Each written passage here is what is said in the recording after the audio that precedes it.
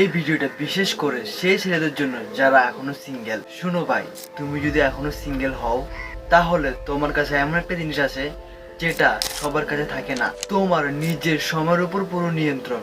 এই সময়টাই তোমার সবচেয়ে বড় শক্তি। এই সময়টা নষ্ট করিও না।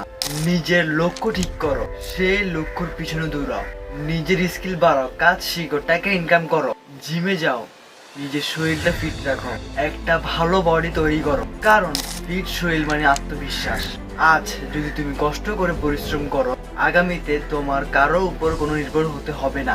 আর একটা কথা মনে রাখো, অনেক সময় গার্লফ্রেন্ডের পিছনে সময় ও টাকা খরচ করা থেকে নিজের জন্য একটা ভালো বাইক নিয়ে ফেলো।